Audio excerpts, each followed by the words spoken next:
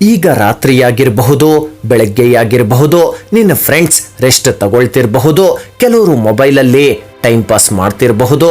ಆದರೆ ನೀನು ಒಂದು ಕನಸಿಗಾಗಿ ಇನ್ನು ಪುಸ್ತಕದ ಮುಂದೆ ಕುಳಿತಿದ್ಯಾ. ಯಾಕಂದ್ರೆ ನಿನಗೆ ಗೊತ್ತು, ಇವತ್ತಿನ ತ್ಯಾಗನೇ ನಾಳೆಯ ವಿಜಯ. ಕೆಲವೊಂದ್ಸತಿ ಅನ್ಸುತ್ತೆ, ನನ್ನ ಕೈಯಲ್ಲಾಗುತ್ತಾ, ಅಂದ್ಕೊಂಡಷ್ಟು ಮಾರ್ಕ್ಸ್ ಬರುತ್ತಾ, ಇಷ್ಟೆಲ್ಲ ಕಷ್ಟಪಡ್ತಿದ್ದೀನಿ ಅಂತ. ಆ ಟೈಮಲ್ಲಿ ನೆನ್ಪಿಟ್ಕೋ, ಬೀಜ ಮಣ್ಣಲ್ಲಿ ಊತೋದಾಗ ಆ ಬೀಜ ಸಾಯಲ್ಲ, ಅದು ಬೆಳೆಯುತ್ತೆ. ನಿನ್ನ ಎಫರ್ಟ್ ಯಾರಿಗೂ ಕಾಣದೇ ಇರಬಹುದು, ಆದರೆ ನಾಳೆ ನಿನ್ನ ಯಶಸ್ಸು ಎಲ್ಲರ ಕಣ್ಣಿಗೆ ಕಾಣಿಸುತ್ತೆ. ನಿನ್ನ ತಂದೆ ತಾಯಿ ನಿನ್ನ ಭವಿಷ್ಯಕ್ಕಾಗಿ ಎಷ್ಟೋ ಕನಸುಗಳನ್ನ ಕಟ್ಕೊಂಡಿದ್ದಾರೆ. ಅವ್ರು ಸುಸ್ತಾದ ಮುಖ ನೋಡು, ಅವ್ರ ಕಣ್ಣಲ್ಲಿರೋ ನಿರೀಕ್ಷೆ ನೋಡು, ಅದು ನಿನಗೆ ಓದೋ ಶಕ್ತಿ ಕೊಡುತ್ತೆ. ನೀನು ನಿನ್ನ ಬುಕ್ಸ್ನಲ್ಲಿ ಓದ್ತಿರೋ ಪ್ರತಿ ಪುಟ ನಿನ್ನ ಭವಿಷ್ಯದ ಒಂದು ಅಧ್ಯಾಯ.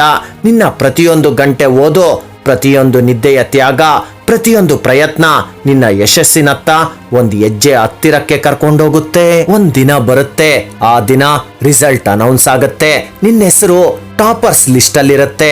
ಆ ಕ್ಷಣ ಜನರು ನಿನ್ನ ಅದೃಷ್ಟವನ್ನ ಹೊಗಳ್ತಾರೆ, ಆದ್ರೆ ಅವ್ರಿಗೆ ಗೊತ್ತಿರಲ್ಲ ಆ ಯಶಸ್ಸಿನ ಹಿಂದೆ ಎಷ್ಟು ನಿದ್ರೆ ಇಲ್ಲದ ರಾತ್ರಿಗಳು ನಿಂದಿದ್ವು ಅಂತ, ಎಷ್ಟು ಕಣ್ಣೀರಿತ್ತು ಅಂತ, ಎಷ್ಟು ಸತಿ ಸೋತ್ರು ಮತ್ತೆ ಎದ್ದು ನಿಂತೆ ಅಂತ. ಅದಕ್ಕೆ ಇವತ್ತು ಸುಸ್ತಾಗಿದ್ರು ನಿಲ್ಬೇಡ, ನಿರಾಸೆಯಿಂದ ಇವತ್ತಿನ ಅವಕಾಶ ಕೈ ಚೆಲ್ಬೇಡ.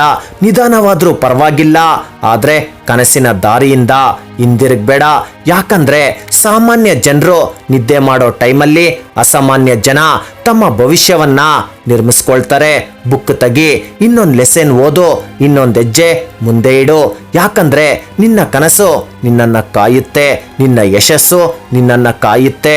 ಒಂದಿನ ಇಡೀ ಜಗತ್ತು ನಿನ್ನ ಕಥೆಯಿಂದ ಪ್ರೇರಣೆ ಪಡೆಯುತ್ತೆ. ಇವತ್ತಿನ ನಿನ್ನ ನೋವು ತಾತ್ಕಾಲಿಕ, ಆದರೆ ಯಶಸ್ಸು ಶಾಶ್ವತ.